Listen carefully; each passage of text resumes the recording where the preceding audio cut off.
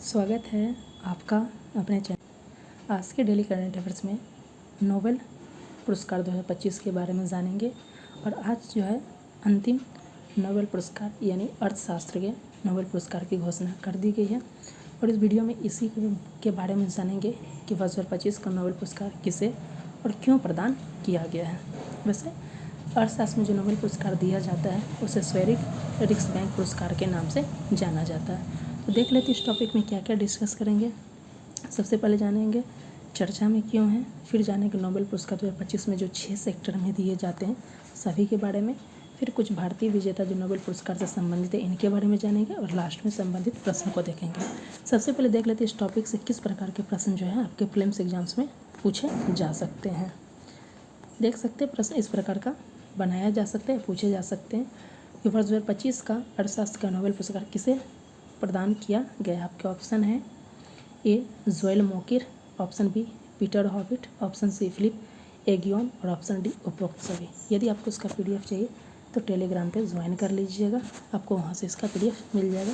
और चैनल को पहली बार विजिट कर रहे हैं तो बिहार दरोगा, Bihar SSC 4, BPSC AEDO 72, BPSC TRE 4 इन सब की तैयारी के लिए mini test series current affairs का फुल लेंथ टेस्ट सीरीज के चैनल को सब्सक्राइब करना ना भूलें। सबसे पहले देख लेते हैं टॉपिक चर्चा में क्यों है। देख सकते हैं ये आर्टिकल हमने दैनिक भास्कर से लिया है जिसमें बताया गया है कि इकोनॉमिक्स का नोबेल पुरस्कार जिसे अर्थशास्त्र का नोबेल पुरस्कार जिसे स्वेरिक रिक्सबैंक पुरस्कार के नाम से जाना जाता है, इसमें 3 अर्थशास्त्री को दिया गया है जिनमें 2 अमेरिका के हैं और 1 ब्रिटेन के हैं। और इन्हें क्यों दिया गया तो आर्थिक विकास में इनोवेशन केस स्टडी के लिए, यानी आर्थिक विकास में जो नवाचार है, इनोवेशन है, नई नई टेक्नोलॉजी कैसे आर्थिक विकास यानी इकोनॉमिक ग्रोथ करता है उस चीज़ के लिए दिया गया है। देख सकते हैं ये 3 अर्थशास्त्री कौन कौन हैं। तो ये हैं, पहले हैं जोएल मोकिर जो कि अमेरिका के हैं, सेकंड है पीटर हॉबिट ये अमेरिका के हैं और एक है फिलिप एगियोन जो कि ब्रिटेनिया यूनाइटेड किंगडम है। तो इन तीनों को दिया गया। अब देख लेते हैं इन्हें क्यों मिला है।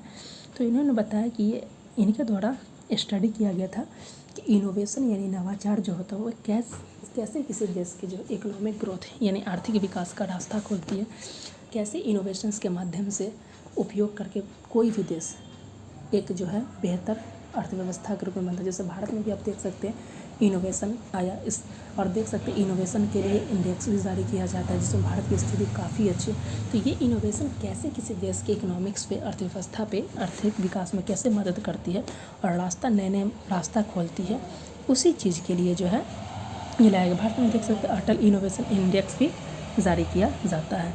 ये बताया यही खोज के लिए जो है ये वर्ष 2025 का अर्थशास्त्र का नोबेल पुरस्कार दिया गया है कि इनोवेशन से कैसे आर्थिक विकास का रास्ता खुलता है, तकनीक तेज़ी से बदलती है और हम सभी पर असर डालती है।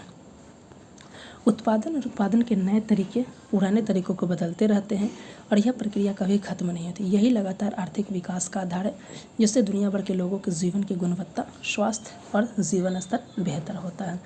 देख सकते हैं ये पिक्चर भी हमने ऐड किया है, यहाँ से देख सकते लिखा भी है कि the Sveriges Riksbank prize in economics science in memory of Alfred Nobel 2025 से 3 वैज्ञानिक हैं, Joel Mokyr, Philippe Aghion, Peter Howitt, जो इन्हें दी। इसमें देख सकते हैं कि टोटल तो ओवरऑल किस चीज़ के लिए दिया गया है तो अर्थव्यवस्था में इनोवेशन की क्या भूमिका है, लेकिन ये 2 सेक्टर में 3 वैज्ञानिक को दिया गया है।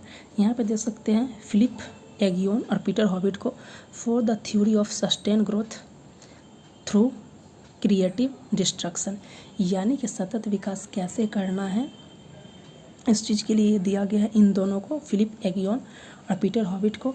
और जोएल मोकिर को दिया गया for having identified the prerequisites for sustain growth through technological progress.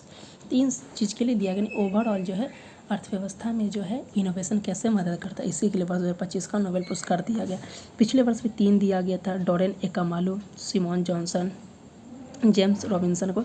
इसमें था कि राजनीतिक संस्थाएं कैसे हमारे किसी भी देश के विकास को प्रभावित करती हैं उस चीज़ के लिए दिया गया था।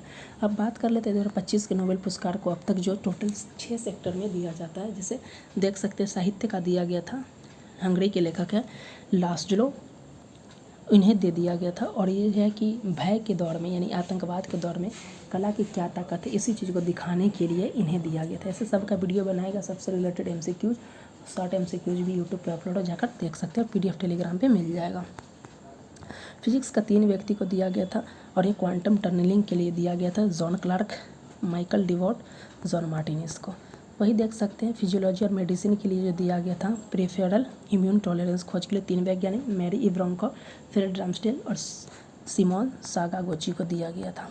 वहीं देख सकते हैं केमिस्ट्री का नोबेल भी दिया गया था MOF के खोज के लिए। MOF है क्या, इसका डिटेल्स वीडियो देख लीजिएगा। और 3 वैज्ञानिक को दिया गया था, इनमें देख सकते हैं Susumu Kitagawa, Richard Robson, Omar M Yaghi हैं। अब बात कर लेते हैं नोबेल पुरस्कार के बारे में।